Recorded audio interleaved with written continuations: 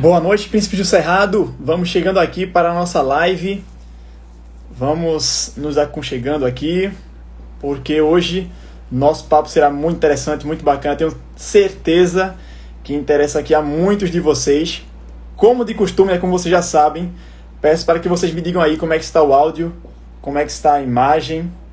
É fundamental para mim saber de vocês. Vamos só ver aqui o nosso convidado, ele vai chegar. Assim que ele vier a solicitação aqui, eu aprovo e nós damos início à nossa live. Tá tendo alguma diferença aqui hoje no layout do Instagram. Deixa eu só ver aqui se eu consigo encontrar o nosso convidado. Não sei se mudou alguma coisa. Pronto, enviou a solicitação aqui. Vamos ver se eu consigo achar.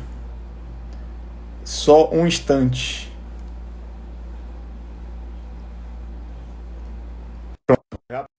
Vamos lá. O Instagram que atualizou hoje. Está engraçado aqui. Pelo menos para mim, né? O jeito que está aparecendo.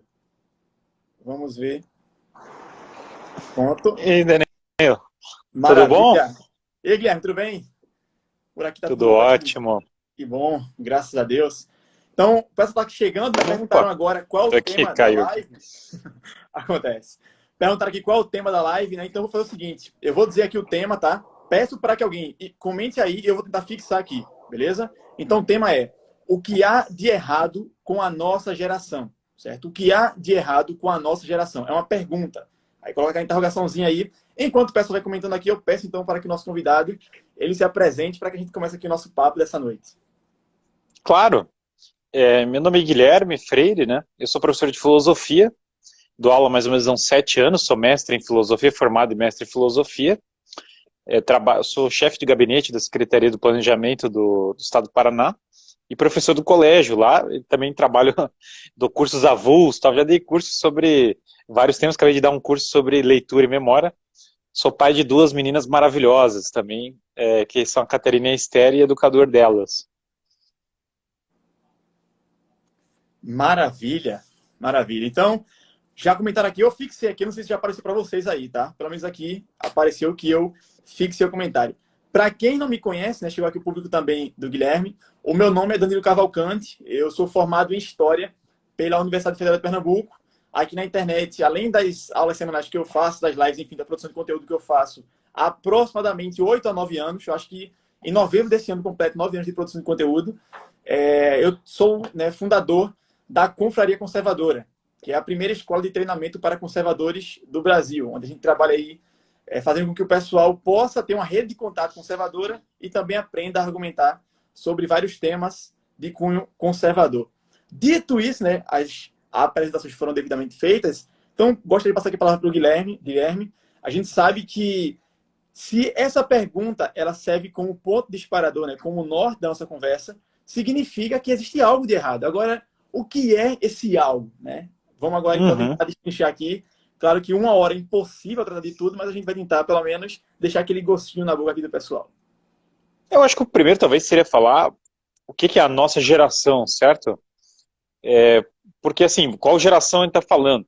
Eu acho que, linha de regra, eu pensaria em falar sobre a geração dos millennials e dos chamados zoomers, certo? Ou seja, basicamente quem nasceu de 1981 até 2000, certo? Exato. Por que essa geração? Porque eu imagino que a maior parte do público esteja assistindo seja dessa geração, certo? Minha filha é da geração Alpha, minhas 2 filhas, elas nasceram em 2018 e 2019, então já são de uma outra geração. Mas eu suporia que essa é a maior geração. E aí eu acho que os millennials, como característica, os zoomers vêm depois e tal, são a primeira geração que não conheceu, que praticamente não conheceu pessoas de antes dos anos 60, pessoas que não são da geração dos baby boomers, ou seja, pessoas que são da geração da revolução sexual, do movimento hippie, de tudo isso. Nós somos a primeira geração que não teve contato com o mundo anterior. É muito doido isso, porque na verdade os nossos pais, os nossos avós conheceram como era antes como era antes da revolução sexual, como era antes do marxismo mainstream no Ocidente, de outras coisas. Conheceram um mundo que a gente não tem contato. Isso torna a nossa geração muito peculiar. Outra característica, eu acho, da geração dos milênios para frente é que nós fomos basicamente educados largados. Nós não tivemos um sistema educacional que tenha nos ajudado efetivamente. Ele já era um sistema totalmente tomado por ideologias modernas, que nos ofereceu muito pouco em matéria de educação clássica. A educação clássica já tinha sido abolida há muito tempo dos currículos, coisa que nossos pais, nossos avós já tiveram um certo contato com a educação clássica ainda, e nós fomos a primeira geração que não teve mais quase nenhum, ao mesmo tempo que somos da primeira geração que teve um contato com a internet. Então, meio que o padrão é assim, nós somos uma geração que não teve acesso a gerações que nos passaram valores mais tradicionais. Na escola, ou na nossa educação paterna, isso não foi passado. E nós provavelmente tivemos acesso a uma outra narrativa dos fatos históricos, do que está acontecendo via internet. Essas são as características assim, mais, eu acho, elementares da nossa geração. Se tivemos. Se nós não tivemos, nós só conhecemos uma... E aí já entrando no que há de errado. Nós só conhecemos uma narrativa dos fatos históricos muito específica. Nós não conhecemos outras, que dirá as clássicas, que dirá as mais profundas. Nós tivemos a cultura quase toda, eu acho que já, o que há de errado com a nossa geração começa com isso. Nós não temos contato com o legado civilizatório do Ocidente de modo algum. Exatamente. Esse legado nos foi privado, quase por inteiro. E o tragicômico, eu acho que uma coisa tragicômica nisso tudo, é que, historicamente, a educação era fundamentada através do zelo daquilo que foi construído ao longo do tempo. Então, essa educação mais moderna, ela vem romper com esse vínculo do passado. O sujeito, ele cresce, os valores com que ele vai ser construído enquanto ser humano, primeiramente é tomado por um profundo relativismo. Porque não existe uma base só mais do que irá construir aquele indivíduo. Né? Essa geração pós-década de 60, 70, 80, ela vem muito tomada ali no seu cérebro, né, por um desconstrucionismo. É uma ideia de que, olha, a gente agora está na era aqui da pós-verdade. Agora a verdade, ela é relativa. E o mais irônico nisso tudo é que é a mesma geração que cultua a ciência. Toma a ciência como uma verdade absoluta de tudo, né? Isso é embebido já do cientificismo do século XIX, e ao mesmo tempo diz que a verdade não existe. Ou seja, é uma geração, essa geração dos últimos 30, 40 anos, que foi tomada pela loucura. Se você for olhar qual é a base, o sustentáculo dessa geração, é a loucura. Porque o padrão objetivo absoluto para realmente guiar foi jogado no terceiro, quarto, quinto e último plano. A única tradição que ela foi exposta é a tradição que se auto-intitulou progressista, que é um derivado, veja, ainda, sei lá, eu tenho 28 anos. Nos anos 90, e no Brasil isso durou mais tempo por causa do PT, de outros fatos históricos específicos do Brasil, havia o marxismo ainda de uma maneira um pouco mais tradicional, certo? Gramsciana, não sei o quê. Mas isso já tomou lugar. Na verdade, o único contato cultural que está sendo exposto é esse tal desse progressismo, que seria uma coisa mais derivada da filosofia do Foucault, Nietzsche, da Escola de Frankfurt. E especificamente nas derivações feminista, interseccionalidade. Interseccionalidade, para quem não sabe, é um termo que é usado para quando uma pessoa faz parte de múltiplos grupos que seriam grupos oprimidos. Então a pessoa, sei lá, ela é mulher e lésbica, então ela faz parte de dois grupos oprimidos, então há uma confluência de opressões e assim por diante. Esse tipo de teoria, ideologia de gênero, todas as coisas são praticamente a única narrativa que está em vigor atualmente, competindo às vezes com a narrativa marxista mais antiga, que na verdade essa tradição nova engloba parte do marxismo. E às vezes competindo com uma certa narrativa liberal, que seria do começo do Estado moderno, que esse seria um Estado de direitos, que esse seria um mundo de equidade, assim por diante. Que na verdade é simplesmente você voltar gerações, certo? Se você voltar para o tecnicismo materialista do século XIX, é o liberalismo, basicamente. Se você voltar um pouco antes, é o marxismo dos anos 30, sei lá. Se você não voltar nada, você está nessa cultura atual. Essa é a narrativa histórica que tem. Então, portanto, nessa narrativa tem várias consequências. A moral é relativa, a natureza humana precisa ser desconstruída, a noção do sexo tem que ser desconstruída, a cultura tradicional ela não existe, música clássica não existe, alta cultura e baixa cultura, a cultura tem que chocar os padrões culturais, o choque é mais importante do que a alta cultura, a filosofia não é real, não trata de objetos reais, tudo é relativo, exceto um certo uso do método científico, né? Embora raramente os apóstolos do método científico contemporâneos, diferente, sei lá, do apóstolo do método científico do século XVI, saibam descrever o método científico. Raramente, quando eu ouço assim, eu falo, descreva o método científico, raramente a descrição é precisa, certo? Então tem esse outro problema. Então, por exemplo, a religião tradicional seria algo negativo, assim por diante. Essa narrativa vigorante, que está em vigor. Esse é um fato, é a única que está em vigor. Isso, a única que está em vigor aonde? Basicamente no sistema escolar, nas universidades e na mídia. Esse é o... Na internet há outra alternativa, embora recentemente haja uma reação no sentido de suprimir uma outra narrativa que divirja dessa, certo? Qualquer outro tipo de posicionamento. Eu acho que esse é o cenário que nós estamos. Dado esse cenário, eu acho que a nossa geração é uma geração de sobreviventes. Eu até acessei melhor do que poderia. Porque ela é tão mal educada, a gente foi passado uma cultura tão bizarra, que poderia ser pior. Eu até aprecio a nossa geração, porque como eu falei, via internet, via pessoas que estão procurando outras coisas, livros, não sei o que, dá uma dosagem melhor do que se poderia ter, porque se fosse seguir por esse establishment específico, nós não teremos nenhum contato mais com a alta cultura, nós estaremos relegados a uma cultura da transição perene, né? Exatamente. Tem uma questão também, que você falou na questão dos direitos, né? A gente percebe que existe um desprezo por essa geração, principalmente, eu vou dizer assim, você tem um tanto mais específico, uma geração pós-década de 90, um desprezo pela história. Porque o que acontece? O camarada, ele nasce, ele está a todo instante, ele está ao seu dispor, tem ao seu dispor, né, diversas benesses. Hoje em dia, você está querendo ir em algum lugar, você não precisa mais esperar por um ano, você pode pegar um Uber.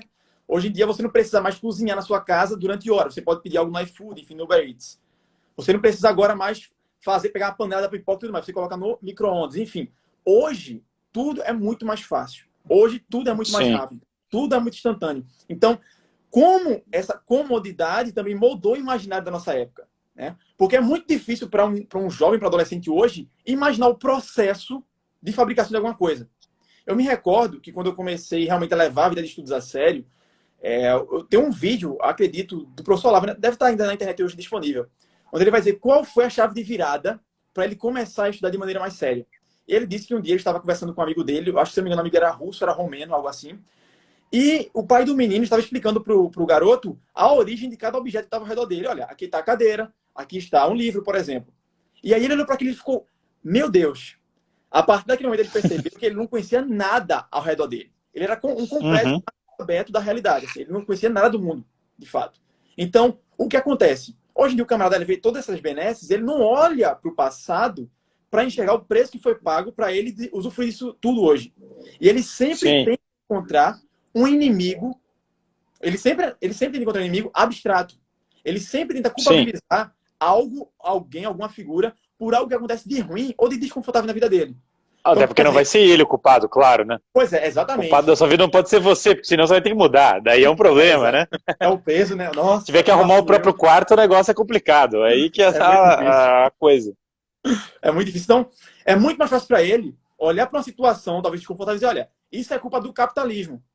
E é muito mais difícil para ele olhar para a história dos últimos 200 anos e perceber como o capitalismo contribuiu para quase que a erradicação da miséria na humanidade, ou pelo menos uma redução drástica assim, da miséria. Então ele sempre tenta encontrar um ponto para colocar a culpa. E aí isso me traz à memória, né, o que há de errado no mundo do Chesterton, onde sim, maravilhoso. A Times de Londres, né, foi falar com ele, fazer uma entrevista e pedir, olha, você poderia dizer o que é que há de errado no mundo? E aí Chesterton ele pega, escreve, vai responder, né, a Times, e ele vai dizer, olha, prezados senhores, né? O que há de errado no mundo? Eu. Então, isso parece uma besteira, parece uma bobagem, né? Mas isso é uma grande, eu acho, não é uma tapa, só um murro, um nocaute na nossa geração, essa geração pós-década de 80, 90 e 2000. Por quê? Porque hoje é muito mais fácil você olhar para o mundo e dizer, olha, se minha vida está uma porcaria, se eu estou aqui na lama, se aconteceu algo de errado comigo, se eu tropecei, enfim, torci o dedo aqui, a culpa não é minha. A culpa é dessa mesa que estava aqui nesse momento. A culpa é dos meus pais que me geriram, porque se eles não tivessem me gerido, isso não teria acontecido. Ou seja, o sujeito ele sempre busca algo abstrato, algo que que não tem nada a ver, que não tem nenhum nexo de causa com aquilo ali que aconteceu, mas somente para não carregar o fardo de que ele é o responsável pelos atos, pelas ações dele. É uma constante Pois fuga da responsabilidade. Pois é uma característica. Agora, veja que eu acho que tem dois lados dessa questão, né? O Jordan Peterson, por exemplo, muito do sucesso dele decorre desse fato. Nós temos uma geração que a gente não aprendeu a cortar lenha, entendeu? Nós não fomos forjados desse modo, não fomos para a guerra. Aquela história clássica de que na dificuldade se forjam homens fortes, né? Isso é bem tradicional, isso é desde Platão, já se fala isso, Aristóteles já fala isso, todo mundo fala isso, que nas dificuldades se forja. Nós temos uma geração com extremas benesses, viver um período de paz relativo, e que, portanto, consegue viver do usufruto de bens de consumo que impedem ela de buscar virtude. Também não foi ensinada a buscar virtude, ninguém ensinou o que é virtude, ninguém falou, arrume seu quarto, seja firme, pague suas contas, fale com firmeza, diga a verdade, tá? Então toda aquela coisa do Jordan Peterson é real. Por outro lado, não foi passado, veja, então é culpa nossa de certo modo, mas por outro lado não foi passado isso para nós. Nossa geração não teve acesso a isso. Não foi passado. É o que eu estou falando, não foi passado na escola, na mídia, foi totalmente alienado desse ponto. A verdadeira alienação é essa alienação de se afastar de todo o tesouro civilizatório, educação de virtudes, aprender, sei lá, de aprender a ordenhar uma vaca, montar uma empresa, lavar a louça e ler grego, certo? Não teve acesso a nada de que engrandece e, na verdade, foi delegada para simplesmente fugir dos problemas. Então, uma geração que tem uma certa obsessão por tipos de entretenimento que são de fuga, não são entretenimentos de elevação da alma. Isso é uma característica dos millennials muito, muito marcante dos zoomers também. É bem marcante. Porque, assim, os hippies, sei lá, tinham um entretenimento de ir no show hippie, o cara é uma coisa terrível. Mas era uma coisa externa. Os millennials, eles tendem a se fechar no próprio quarto e se afastar do mundo, certo? Sentir, cara, não tem como encarar a realidade. Então, claro que esse é um primeiro passo. Sair da redoma, sair do próprio quarto e viver uma vida madura em direção da virtude e realmente trazer o bem para as coisas. Por outro lado, tem uma coisa também interessante que a geração atual, ela é a esperança. Porque, sendo essa a primeira geração que tem acesso à internet, as pessoas têm a capacidade de encontrar o legado civilizatório que foi perdido. Elas podem abrir, ligar o celular e ver. Não existia isso. As gerações anteriores, elas tinham muita dificuldade para ver fora elas precisavam ver a partir do contato que elas tiveram com gerações anteriores e tentar reconstruir a coisa, ir numa biblioteca, tentar achar. A nossa, hoje em dia, você clica e tem gente lendo coisas incríveis, fazendo estudos maravilhosos de latim, tem escola de latim agora, tem grego, tem não sei o quê. Por isso, então os millennials são a esperança. Então é uma geração muito deformada, mas que é a esperança. Então, aí que o trabalho como esse se torna essencial. Porque dado que a gente não teve acesso ao caminho, ele precisa ser mostrado para que as pessoas trilhem o caminho correto. Esse é o desafio que nós temos em vista. Esse caminho envolve a busca da verdade e do bem. Então, portanto, do belo, do bem e da verdade. Então, tem que mudar o padrão estético, tem que mudar os hábitos para direcionar para o bem e, portanto, fugir de ser mimado, de buscar simplesmente bens de consumo, preencher a vida com bens de consumo e com entretenimento que não engrandece, e buscar a verdade, de contemplar a verdade e buscar a eternidade, para além daquilo que é perecível, que tudo parece que é uma obsessão por tudo que é perecível. Uma das características do progressismo é que, na medida que ele sempre acha que tem uma soberba, certo? Já vem do iluminismo, uma soberba de que a era atual é mais evoluída do que todas as outras, que já era uma soberba do iluminismo assim, tremenda, né? Cara, realmente era coisa de gente ignorante já. Os caras que postularam isso, você já vê que eles não entendiam o legado passado de modo algum para o cara achar que a época dele era a mais evoluída, que o século XVIII fosse o mais evoluído, é uma coisa ridícula. Agora, dado isso, essa soberba, ela passou para nós. Então nós achamos que a nossa época já é mais evoluída simplesmente pelo fato de que você abre o celular, você tem mais tecnologia, e o progresso tecnológico indicaria uma evolução. Isso é totalmente falso. Por quê? O progresso tecnológico ele tem um fluxo que se contrapõe ao fluxo dos costumes e da busca da verdade. Os dois podem ser antagônicos, inclusive porque o progresso tecnológico ele pode te dar um conforto que vai te viciar a ter uma vida fraca. Então, na verdade, é um equívoco achar que o progresso tecnológico significa que a nossa época é mais evoluída. Não é assim que funciona. Ele tem uma via de mão dupla. Isso até os nomes da esquerda entendiam antigamente. O Rousseau fala isso. Embora o Rousseau seja um dos maiores responsáveis pela crise atual, disparado, um dos maiores, aliás, o Arvin Babbitt sabiamente falava que o Rousseau simbolicamente é responsável por todos os problemas do mundo. É um exagero, mas é porque Rousseau questiona o pecado original, portanto ele questiona a noção de que você teria que melhorar para ser alguém bom na vida. Você tem que mudar a estrutura, você tem que mudar o Estado, o contrato social, para melhorar as pessoas, que é a base de todo o pensamento, não tudo, mas uma grande parte da esquerda contemporânea. Mas enfim, tirando essa parte do Rousseau, é o seguinte, então, até o Rousseau sabia que a sociedade tecnológica gera mais fraqueza, então esse é um problema que nós estamos vivendo, uma certa fraqueza. O problema, o drama que nós vivemos é esse, não tem muito como fugir disso, mas é um drama com uma grande oportunidade, existe muito espaço, anos 90, cara, eu comecei a estudar, anos 90 é demais, mas sei lá, começo dos anos 2000 eu comecei a estudar essas coisas e tal, tinha lá 15 anos, comecei a pensar fora da... Quando eu comecei a falar, a primeira vez que eu li, sei lá, comecei a ler autores que tinham de uma tradição cultural mais tradicional, comecei a falar para as pessoas, achavam que era maluco. Realmente achavam que eu era maluco. Eu falei assim, cara, olha, o materialismo histórico é falso. Esse cara é doido, o cara é fora do... O cara é totalmente fora do normal. Tinha 18 anos, o cara falando, esse menino ficou doido, o cara é pró-vida, o cara deve ter assim um parafuso a menos, o cara acha que a Idade Média não foi das trevas, entendeu? Já alguma coisa está errada com ele. Isso hoje, por incrível que pareça, tem muita gente que entende isso. Eu falo isso e não choca. Então mudou, aumentou a minoria. Tem uma minoria que entende isso que eu estou falando. Essa minoria aumentou. Isso é positivo. Então, essa minoria vai ter a mesma dificuldade da formação ruim, mas tem um caminho para mudar. Que eu acho que é uma coisa que a gente tem que trabalhar as duas coisas, o diagnóstico e a mudança, né? Exato.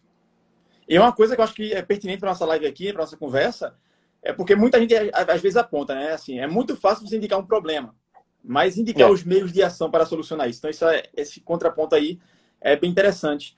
Uma coisa também que é muito característica, né, dessa nossa época é uma perda da tradição e dos ideais, mas não somente no campo de valores do dia a dia, da moral diária, mas também na educação. Eu sempre costumo lembrar, né, que se hoje vamos considerar que a ideia de Idade das Trevas está correta. Vamos fazer com uma breve ironia. Vamos considerar que está correto isso. Digamos que fosse correto isso aí. Se hoje nós pegássemos as pessoas que estão se formando em pedagogia, não só em pedagogia, mas nas licenciaturas em geral, eu arrisco assim, sem medo nenhum de errar, 99% assim não passaria na peneira da educação medieval. Por quê? Não, eu digo, 99 você está sendo muito generoso. Estou sendo otimista, né? Estou sendo muito otimista, exatamente. Estou sendo otimista. Por quê? Você tem que pegar 99 dos professores para fazer essa peneira e talvez não passasse. É outra peneira. Pois é. Por que eu digo isso, né? Porque o que acontece é que existe uma profunda amnésia histórica do processo educacional da nossa civilização. Eu acabei de concluir minha graduação em História, né? Eu terminei em 2019, em dezembro de 2019. Uhum. E nos 4 anos, enfim, quase de graduação, em nenhum momento eu tive acesso ao estudo da educação clássica. Em momento algum. Toda a minha pedagogia na universidade foi baseada no construtivismo, socioconstrutivismo e toda sorte de coisas que tendem para um desconstrucionismo e para um relativismo. Ou seja, cadê, pelo menos, você evocar uma educação, não sei, do século XVII, do século XVIII? Nem isso tinha. Era só da segunda metade, praticamente, do século XX para cá. Era isso. Ah, sim, o 1920 já é ultraconservador. Exatamente. Já o marxismo já está sendo ultraconservador. Exato. Duvidem disso, que Karl Marx já está virando ultraconservador. A maneira com que eles olham, por exemplo, o ensino do período militar aqui no Brasil, que era ultrapositivista, enfim, tecnicista, então eles já abominam a partir disso. Então, realmente, eu acho que seria mais pós-década de 80, enfim. E o que acontece é que eles abominam, né, as formas de educação clássica, mas aquilo que eles deram como alternativa não amarra nem a chuteira do que já foi um dia de educação. Né? Não amarra nem a chuteira. E o mais, assim, para mim, que era... Eu olhava para aquilo, eu ficava sorrindo, mas por dentro eu sentia uma tristeza, que é o fato de que há, primeiro, uma linguagem viciada no meio acadêmico, uma linguagem extremamente viciada. Segundo, as citações e os autores que você tem que citar para passar no crivo ali acadêmico. Ou seja, eu pegava um texto de uma pessoa, eu pegava um texto de outra pessoa. Parecia que era a mesma pessoa escrevendo aquele texto. Não tinha diferença. Ou seja, existe Sim. também uma grande limitação do horizonte de consciência desse pessoal. O imaginário é totalmente corrompido, totalmente atrofiado. Você não vê a pessoa lá lendo, por exemplo, um clássico da literatura. E quando lê, ela lê sob a ótica ideológica dela. Ela quer comprovar algum ponto, que tal autor era racista, que tal autora era feminista, que Flaubert ele fez Madame Bovary ali para ser um símbolo do feminismo. Então, é sempre tendendo para o posicionamento deles e deturpando ou ignorando tudo aquilo que, de fato, deve ser evocado à memória, né, que deve ser valorizado. É porque não é que Platão, ou Dostoiévski, ou Shakespeare nos mostram um caminho para nos engrandecermos. É que eles, na melhor das hipóteses, prefiguraram alguns dos aspectos das nossas luzes maravilhosas, né? Então tem essa, que é a desconstrução total de toda a civilização. Então é muito peculiar esse termo, porque, no fundo, é o seguinte, qual é o limite disso? Não há limite. Na verdade, o limite é que, assim, vamos desconstruir, desconstruir, desconstruir. Não tem o limite para desconstrução. Na verdade, o limite é o nada, né? É um niilismo de fundo, não tem nenhum tipo de... Vocês já tiram do Nietzsche, também que Nietzsche já fala isso, você tem que tomar a coisa nihilisticamente, e depois ele fala, mas já que não tem sentido nada, daí você vai lá e impõe para ter um jogo de forças, de poder, para ver quem toma o poder a partir do nada, que não significa nada. Esse é mais ou menos o estado mais contemporâneo. Agora, isso não é real. Você continua permanecendo, veja, a necessidade de você encontrar a verdade. Você falou muito bem, no século XIX, e sempre o argumento é esse, eles falam assim, não, agora a próxima geração vai ser mais tranquilo. Eles falavam assim, não, vamos acabar com a educação de jesuítas e vai vir o positivismo. Daí nós vamos ter um mundo maravilhoso, que todo mundo vai ser científico, nós vamos largar a religião, e aí tudo vai ser melhor, tudo vai ser técnico, tecnocrático e tal. Aí o Brasil piorou tremendamente, a educação piorou um monte, o Brasil caiu em renda. A Argentina, no final do século XIX, o argentino médio tinha em 1860, o argentino médio era tão rico quanto o americano médio. O americano médio e o argentino médio eram tão ricos, um quanto o outro, até a metade do século XIX. Esse era o estado da América Latina para o que foi. Largamos isso, fomos para o positivismo. O positivismo foi um desastre.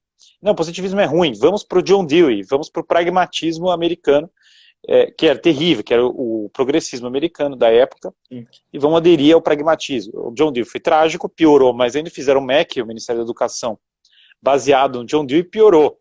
Não, o problema do John Dewey é que ele não era radical o suficiente, vamos para o Paulo Freire, vamos para outras coisas, vamos colocar aqui o maoísmo, outras coisas misturadas aqui com John Dewey. Daí fizeram, daí piorou. Então nós estamos num processo e agora já estão abolindo o Paulo Freire, para colocar o gênero, e daí vai indo.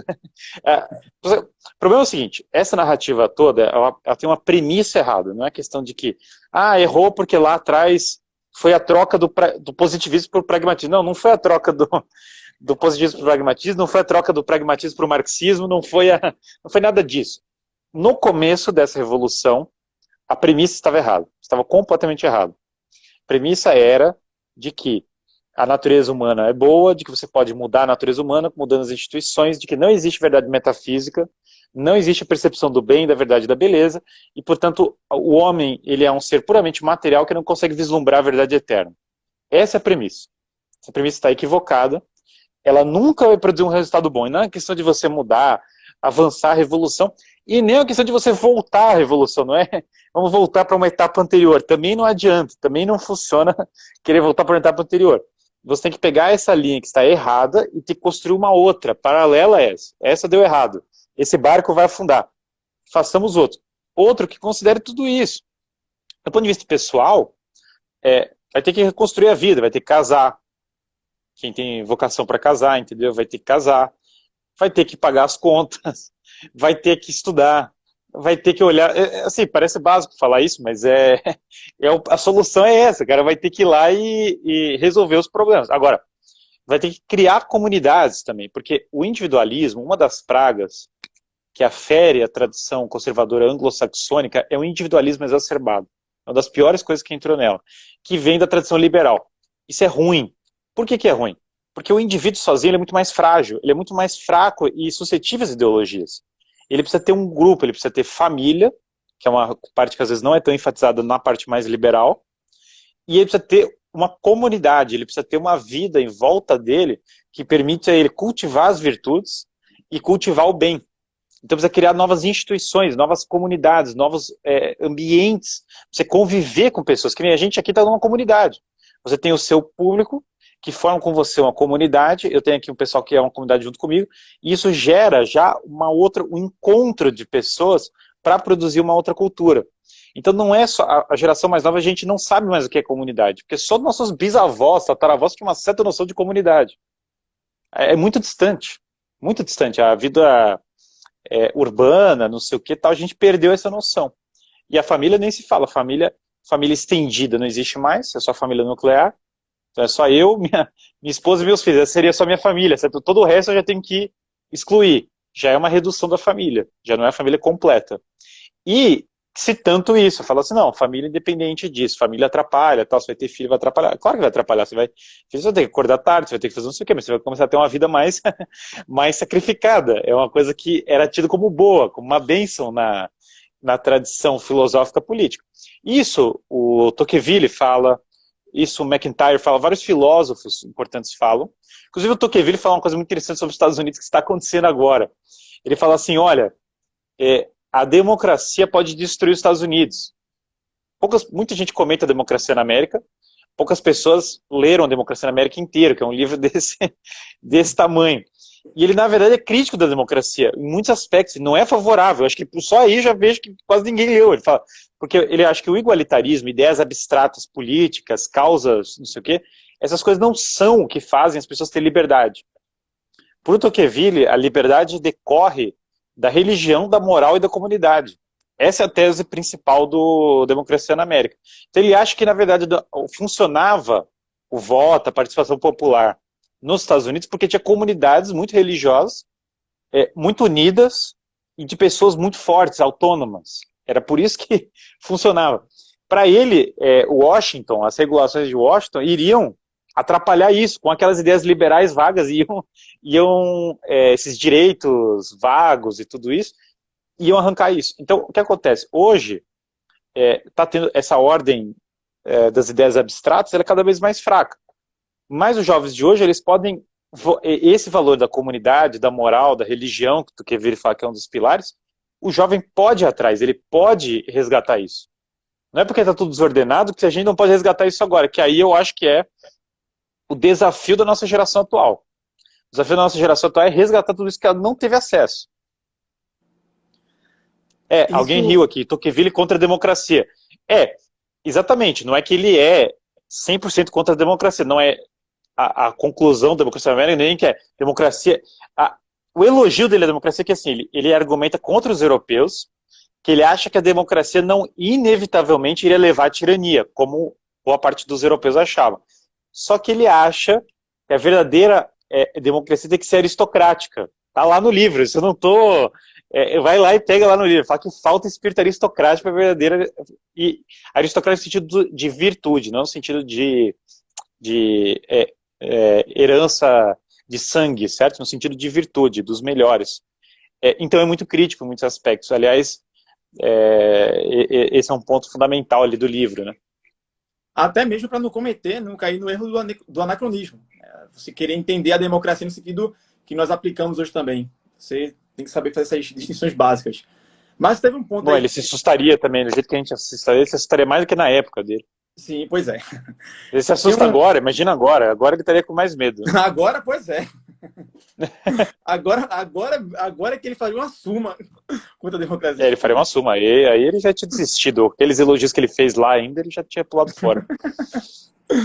Tem uma questão que você tocou aí, né, dessa parte do seio, do lar, que o Chesterton também ele vai falar muito disso, mas eu me recordei do conceito de oikofilia, né, que o Roger Scruton vai tratar no Filosofia Verde, em outros livros, enfim, onde ele vai reforçar essa ideia de pertencimento. Parece que essa nossa geração, assim, pós-década de 80 também perdeu-se muito disso, sabe? Do amor ao lar, do amor do aconchego da família, do amor àquilo que está na sua realidade diária. sabe? Nas coisas simples do dia a Uhum. dia, nas coisas ordinárias. O próprio Churchill, o Roger Scruton vai dizer que no contexto ali da Segunda Guerra, né, o que ajudou o Churchill a manter a nação mais unida não foi trazendo à baila ali um amor à nação, né, tentar trazer ali um ultranacionalismo, mas foi amor à família, a você defender a quem você ama. Isso, Você defender as pessoas que estão ali no seu dia a dia, sua esposa, os seus filhos, seu pai, sua mãe, enfim, sua família. E, claro, isso. né, esse conceito de oikofilia está atrelado à ideia de localidade. Porque muitas vezes as pessoas caem num certo erro de conceitos, como se conservadores, por essência, fossem federalistas. Mas, na verdade, os conservadores estão muito mais preocupados com um certo localismo, né? Aquilo que é no teu dia a dia, aquilo que você sente, aquilo que está presente na tua rotina. Que você consegue estabelecer um vínculo afetivo muito mais forte do que eu tentar falar para você algo abstrato. Algo como uma Isso. ideia de que, olha, vamos defender o nosso planeta do aquecimento global. Porque tartarugas estão morrendo entaladas com um canudo lá no norte da China, por exemplo. Assim, exemplo bem tosco. Por quê? Porque isso não cria uma comoção de fato numa pessoa que está com os pés calcados na realidade. Porque, olha, peraí. Quer dizer que se eu parar de usar canudo agora, o aquecimento global vai acabar? As tartarugas vão ser salvas? Mas, assim, eu não estou vendo isso no meu dia a dia. Como é que o camarada vai criar um sentido para ele, se não um sentido histérico? Porque quando nós vamos tratar de aquecimento global, isso aqui eu não estou nem dizendo se eu acredito, se eu contra, se eu a favor, eu me refiro ao método de combate, se assim é que ele existe, que é muito mais fácil você tratar esse problema partindo da esfera local, da rua, do bairro, da cidade. Por quê? A oikofilia aí, ela está muito mais presente. E o que acontece é que essas estruturas de poder que são montadas hoje em dia, tentando trazer uma ideia de sociedade global, de governo global, elas fazem o quê? Elas fomentam a oikofobia, que é justamente o ódio de localismo, né? De localidade, de pertencimento, de ter um lar. Então, quando eles perdem, né, essa base do lar, essa base familiar, o que é que o camarada hoje ele começa a mentalizar? Né? Primeiro, começa a se criar um ódio da própria ideia de família, não. Família é muita responsabilidade, é muita despesa. Só um dia, talvez, eu faça algo nesse sentido. Né? Um dia, talvez. E aí, já estimula um individualismo ali totalmente doentio, que é, olha, eu vou viver só para mim. E aí, mais uma vez, eu trago o Chesterton, né? Onde ele vai dizer que aquele que vive só para si, ele jura que está se livrando da ditadura do lar. Mas, na verdade, ele está vivendo na ditadura que é viver para si mesmo. E essa, pelo menos, creio eu, é a pior ditadura que existe. Porque cedo ou tarde a ficha vai Perfeito. cair. Sabe? Cedo ou tarde a ficha vai cair. E eu não preciso ter 40 anos para dizer isso. Porque aí, só para passar mais da vez para ti, porque aí o que acontece? Eu tenho 22 anos. Mas, quando eu tinha 15 anos, eu me achava o dono da razão do universo. Eu não estava... Bom, todo mundo, né? Pois, exato. Exatamente. Ia para protesto. É a famosa ignorância. Eu era comunista, eu era comunista. E aí o que acontece? Ah, bom, Eu tive... aí já, É um nível... até depois dos 15 anos, a pessoa continua com 15 anos. Pois é. O que acontece? Eu não tinha um argumento sólido para defender o que eu pensava. Eu não tinha, de fato, uma ideia formada na minha cabeça. Mas eu achava que eu tinha uma opinião própria e que, portanto, eu tenho um ideal. O mais importante para mim era ter um ideal. Não importa eu saber defender ele ou não. O que foi que mudou na minha vida dali para frente? Né? Foi quando eu percebi que eu, diante da miríade de conhecimento que há no mundo, não sou nada. E muito melhor do que eu tentar dizer que eu tenho conhecimento do universo, é melhor eu me apoiar no ombro de pessoas que trabalharam muito mais do que eu. E onde é que eu encontro essas pessoas que trabalharam, estudaram muito mais do que eu? No passado. E aí eu abaixo a cabeça e digo, olha, eu, Danilo, não tenho opinião sobre nada, sobre coisa alguma. Agora, eu posso trazer aqui uma luz à realidade a partir daquilo que eu li de Platão, de Aristóteles e assim por diante. Perfeito. Coisa que, mais uma vez, para a nossa geração hoje, que é regada aí, né, a Felipe Neto, as Kéfiras da vida, enfim, acha-se, né, detentora de todo o conhecimento do universo, quando, na verdade, não tem uma base minimamente sólida para defender e para argumentar sobre aquilo que ela ou ele jura que acredita, né? Sim, até porque foi privado disso. Eu tenho uma compaixão tremenda pela geração atual. Eu subscrevo todas as críticas, mas eu tenho compaixão imensa, porque eu entendo a crise, eu entendo como é, cara. Eu senti isso na pele, sabe o que é? Meus 15 anos, sei lá, eu achava que a igreja era uma instituição opressora, que tinha sido criada para dominar as pessoas e tal. Então, assim, eu entendo perfeitamente, eu sinto na pele o que é isso. Você sabe sobre o Chesterton, eu não vou nem comentar, porque O pessoal que me conhece já sabe que eu sou defensor. Tudo que eu estou falando aqui já tem o dedo do Chesterton, e eu sou defensor ferrenho, então, assim, tudo que tiver do Chesterton eu indico de trás para frente e tal. Mas uma coisa que eu queria comentar, isso é adiantando até uma coisa que eu queria fazer num vídeo, mas para pegar uma coisa bem do imaginário da Millennium, assim, né? Vocês sabem que a nostalgia, a gente tem muita coisa da nostalgia, a geração Millennium gosta de nostalgia, muito interessante muito peculiar. Nostalgia, os gregos definem como uma vontade de voltar para casa, um amor, um desejo de retornar ao próprio lar. Não é uma tristeza, não é nada disso, como algumas pessoas colocam. O termo grego original se refere a isso. E aí, quando você pega ali os anos 90, videogame anos 90, olha, mais milênio que isso, impossível, certo? Começo dos anos 2000, milênio. E você tá lá sentado tal, e três personagens despontaram.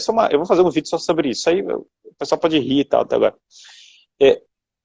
Três personagens despontavam naquela época que eu me recordo. Você tinha o Mario, entendeu? O Link e o Sonic. Sim, Eu vou sim. falar sobre isso mesmo, gente. Vocês são riam quando eu vou falar sobre isso. Quando você vê os três têm uma temática fortíssima de natureza versus o abandono completo da natureza. Os três. O Sonic, basicamente, o vilão está destruindo a natureza e ele vai num crescendo. Se você começa a primeira coisa... E aí, quando você fala da nostalgia, isso evocava, era muito comum. As músicas nostálgicas das pessoas, por exemplo, Green Hill Zone, Sonic, é o começo do jogo. No começo do jogo é tudo verde. E daí vai progressivamente indo para cidades. Quando a cidade... Aí vira um cassino. Olha que interessante. Daí do cassino vira uma cidade suspensa, no ar.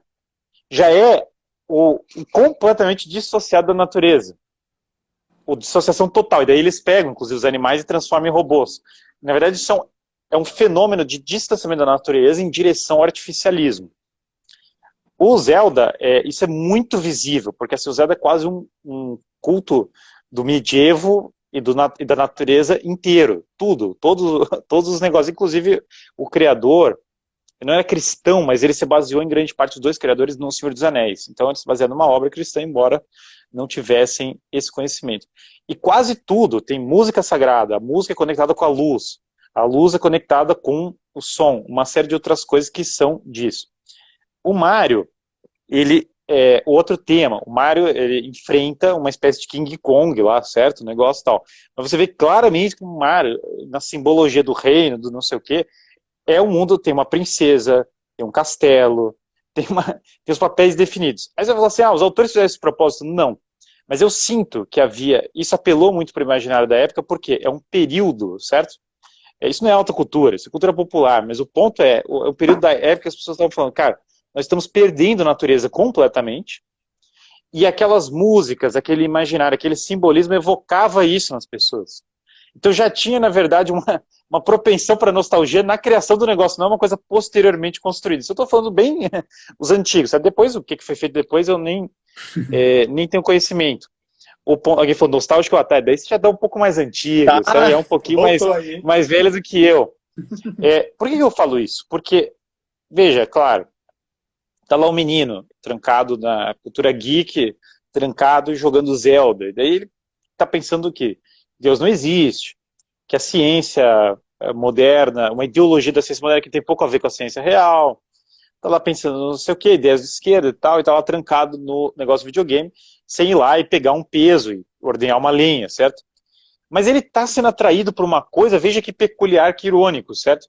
O herói ali, ele tá fazendo o quê? Usando a inteligência como artífices para criar ferramentas para combater o mal, que visivelmente é o mal, é a corrupção, visivelmente a enganação, muito semelhante, por exemplo, a tribo lá do Ganondorf, é semelhante aos povos dos Haradrins, né, do Senhor dos Anéis, muito semelhante, o estilão. E ele está vendo uma luta do bem contra o mal, e está vendo essa vitória e a perda da natureza. Ele está vendo isso. Ele está vendo uma música lá sagrada e entendendo que aquilo tem alguma conexão com isso. Aquilo está o levando para a tradição? Provavelmente não, certo? Provavelmente ele só está levando ele a passar um tempo ali por si só não tem o poder tem até um alto poder alienante, dependendo do modo como ele, de fuga da realidade, um alto poder, dependendo do modo como ele encarna. O ponto que eu quero chegar não é que o videogame em si o conduziu para a realidade, até porque eu acho isso muito improvável. O ponto é outro. O ponto é que ele está se sentindo atraído por aquilo porque ele está sentindo falta de algo. Ele está sentindo falta de algo, tem algo que não está, tem algo que ele está no mundo dele, que ele está olhando para em volta, que ele está sentindo que ele sente algo, por isso que aquilo o atrai. Então não entendam mal que eu estou falando, não, então eu vou jogar Zelda e vou ter alta cultura. Não, provavelmente não vai. Mas o que eu estou falando é que você se sente atraído por isso porque você anseia pela volta do sagrado, você anseia pela natureza, você anseia pela vitória do bem contra o mal, você anseia para que a luz tenha vitória sobre as trevas. É isso O que você Chesterton anseia. fala isso, né? Mais uma vez evocando o Chesterton, que as gerações futuras chorarão quando elas pensarem em tradição e verem que elas não viveram aquilo. Elas caem Exatamente. em conta assim, que, poxa, eu não vivi isso. Eu peguei esse exemplo, eu poderia pegar várias coisas do imaginário atual que as pessoas estão procurando, certo? Mas no lugar errado. Claro, não é o jogo que vai trazer isso para você. Não é a música X ou Y que vai trazer isso para você. Embora, sei lá, Mumford & Sons lá, The Cave, o cara tá falando exatamente do negócio. Ou seja, é engraçado, porque a geração atual, sem saber, e às vezes o artista não sabe. Eu suporia que, num certo nível, quem fez esse jogo não sabe disso. Não faz a menor ideia do que eu tô falando.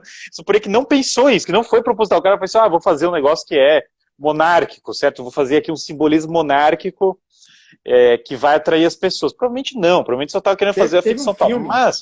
se você chegou a assistir, Um Lugar Silencioso. É um filme pós-apocalíptico, enfim. Aí tem um homem, sim. onde ele define sua família. E pelo que eu fiquei sabendo, não foi intenção do roteirista, enfim, do elenco do filme, passar uma ideia conservadora. Mas toda a estrutura que foi montada na narrativa do filme inteira, ela evoca valores de masculinidade, valores de incentivo à procriação, à família, contra o aborto. Porque naquele momento ali, aquela mulher, ela tinha todas as circunstâncias do mundo favoráveis, segundo a ótica mais feminista, a abortar.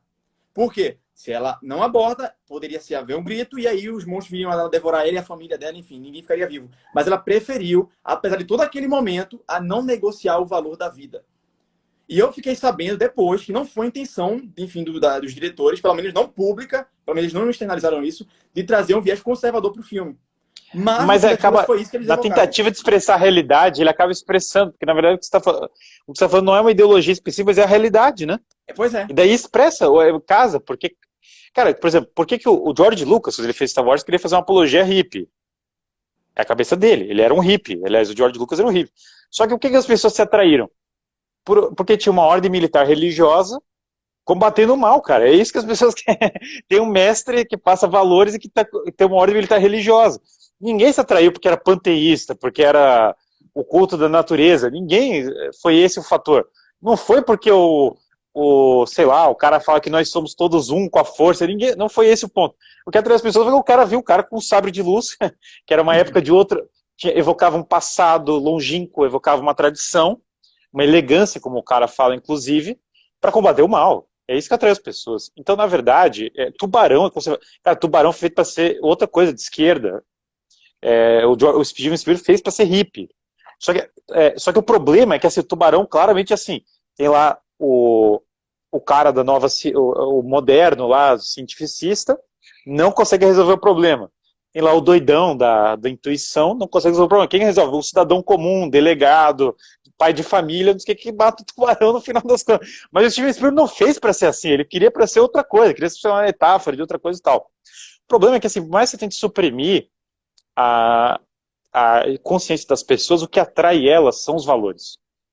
E aqui eu acho que é assim que a gente vai conseguir pegar as pessoas da nossa geração que estão muito perdidas e explicar para elas isso. Falar, cara, é que assim, fala, eu não sou conservador, eu sou de esquerda, eu sou libertário, anarco-libertário, sei lá o quê. Eu não tenho esse valor conservador. Na verdade, sim, o que você vai falar é o seguinte, você vai mostrar pro cara assim, pô, calma, o que são as coisas que te atraem no mundo? Você vai começar a fazer essa análise. Daí você vai ver que tem coisas más. Vai ver que tem várias outras coisas que são coisas boas. O cara que tem uma família, o cara que tem amizade, o cara que quer ter uma vida mais natural. Mesmo esse próprio amor à natureza. Na verdade, o amor à natureza é uma coisa do Tolkien, que o Scruton fala lá da ecofilia, é uma coisa do Aristóteles fala, foi transformado numa pauta ideológica específica de uma militância. Beleza. Mas, na verdade, isso é algo que, preservado, preserva os costumes. Aliás, por isso que a natureza foi excluída do urbanismo, porque era, na verdade, para deixar as pessoas infelizes, para tirar a beleza das coisas. Arrancaram as plantas por causa disso, os rios, não sei o que, isso é coisa do modernismo. O modernismo justamente era anti-natureza. Então, eu acho que o ponto o ponto que eu quero fazer é o seguinte: a geração atual, ela tem sim, estou citando coisas que evocam o imaginário das gerações mais novas, certo? Ela tem a propensão para a tradição. Só que a gente só precisa conseguir explicar para as pessoas isso, que elas têm essa propensão. E isso é um trabalho, claro, que envolve. E daí você tem que fazer a ponte do... Eu usei o exemplo do Zelda, mas o cara tem que entender que, na verdade, o que ele está procurando é o Chesterton. Assim, que aquilo ali é um caminho que ele está usando que vai iludir para ele isso. Na verdade, o que ele está procurando são outras coisas. É o São Tomás, é o Platão, é o Aristóteles, é o Tocqueville, entendeu? Que, na verdade, não é essa linha. Então, isso, evidentemente, uma coisa não exclui a outra. Evidentemente, você tem um caminho. Não sou também anticultura pop, pelo contrário. Eu só acho que você tem um caminho, você tem um direcionamento. E eu acho que os millennials passam por isso. Os millennials, eles têm, por exemplo, muita vontade de tolerância, de ser tolerante em relação aos outros, tal, de aceitar a diferença, certo? Isso, evidentemente, foi capitalizado pela essa ideologia desconstruída que a gente está falando. Foi capitalizado. Mas, na verdade, decorre de uma coisa interessante, porque, realmente, havia uma noção sei lá, vamos pegar os Estados Unidos, havia uma noção de que a sociedade tradicional americana tinha que ser protestante, branca, rural, sei lá, vamos supor. Certo? Havia esse imaginário, existe isso Não, os caras tinham preconceito, teve gente que queria fazer protesto para impedir os irlandeses de chegarem lá, porque os irlandeses iam acabar com o país, entendeu? Tinha coisas assim que eram exageradas. Isso é um exagero de um lado, isso é um exagero que não é conservador, não é verdadeiramente conservador, na verdade é um exagero específico. Na verdade, você ter uma abertura é uma coisa boa. Agora, que abertura é uma coisa boa? Qual o tipo de abertura? Não é a abertura do relativismo. Essa é terrível, essa é destrutiva, é nociva. É a abertura de que as pessoas podem, buscando, todas as pessoas têm um certo chamado à virtude e ao bem.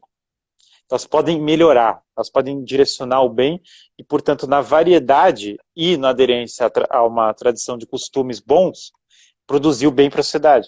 Então, todos podem contribuir para isso. Existe uma universalidade da lei natural da natureza humana, que pode confluir para o bem. Essa é a verdadeira tolerância, a tolerância em direção a melhorar a virtude. Então não é a tolerância do relativismo, porque o relativismo não é tolerância, deixa tudo. Tá bom, então se o outro cara for destruir o outro, daí beleza. E daí você tem essa insanidade, certo? Que o outro cara quer destruir o outro. Eu citei esse exemplo dos Estados Unidos, porque, por exemplo, o Gilberto Freire bate nisso. Ele vê como uma coisa positiva do Brasil, que a gente não tem atenção racial igual tinha nos Estados Unidos. É uma coisa positiva. Ele vê como uma coisa tradicional. Ele não vê como uma coisa subversiva. Ele vê como parte da tradição, uma tradição positiva. Então, os anseios do jovem atual, eles têm que ser direcionados para mostrar como isso significa uma filosofia realista em busca do bem. Isso precisa ser feito. Do contrário, os jovens atuais vão realmente ser uma geração que você vai fazer o quê, cara? Você vai buscar bens de consumo, ideologias modernas a vida toda, vai olhar para a sua vida mais velha e vai falar, cara, minha vida não tem nada. Eu não constituí uma família, eu não evoluí, eu não adquiri patrimônio, eu simplesmente me deixei levar pelas modas sei lá, que está no New York Times e na mídia atual, e pintei o cabelo, e não sei o quê, e nada. E a sua vida não melhorou de verdade. Então eu acho que aqui é o conto de duas cidades, é a escolha que vai ter que ser feita pelos jovens atuais, né?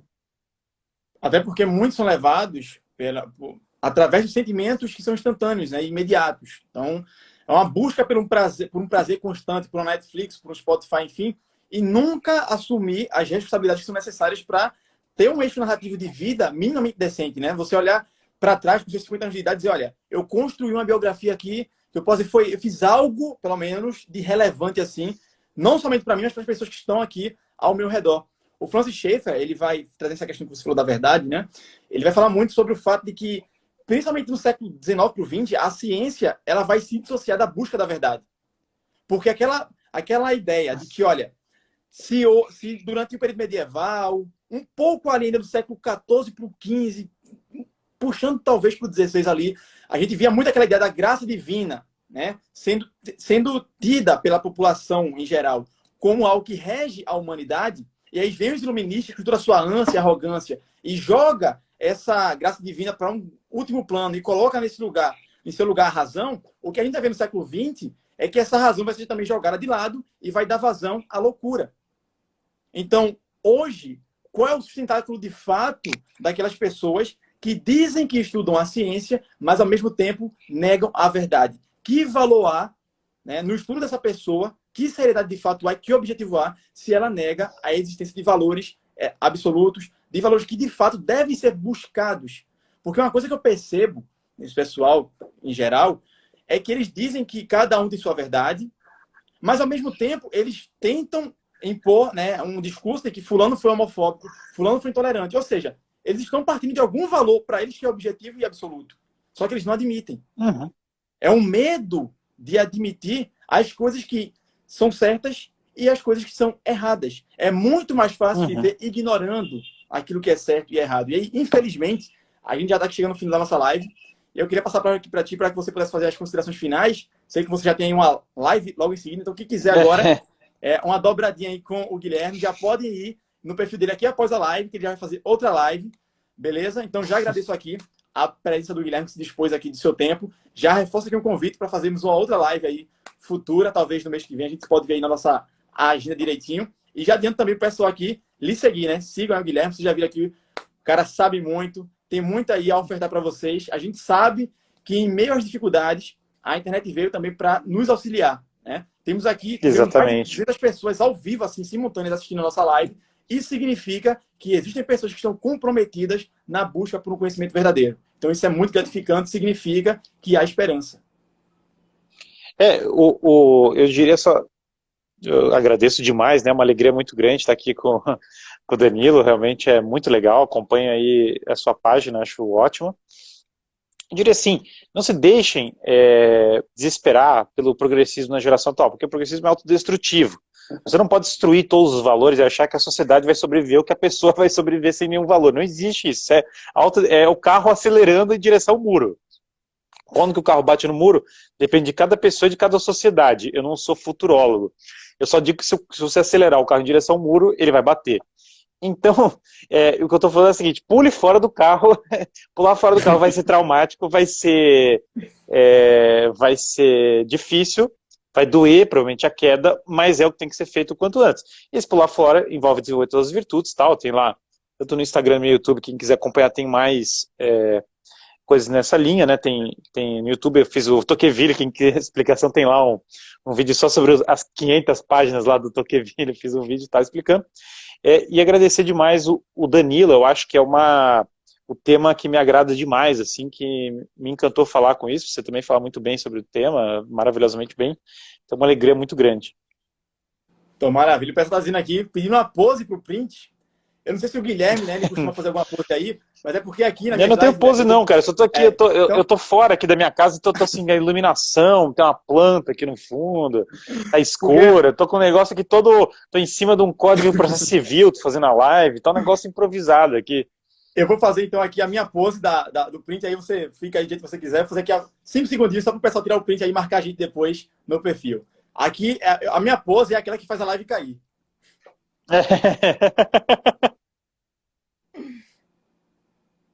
Então pronto, o pessoal já tirou o print aí. Agradeço mais uma vez a presença do Guilherme, de todos vocês que estiveram aqui conosco. Mais uma vez já afirmo aqui, sigam este homem aqui que está na frente de vocês, porque ele tem muito a agregar no intelecto de cada um. Beleza? Então, muito obrigado, pessoal. Como é de costume aqui, como eu sempre digo, um abraço a todos vocês e fiquem com Deus. Grande abraço.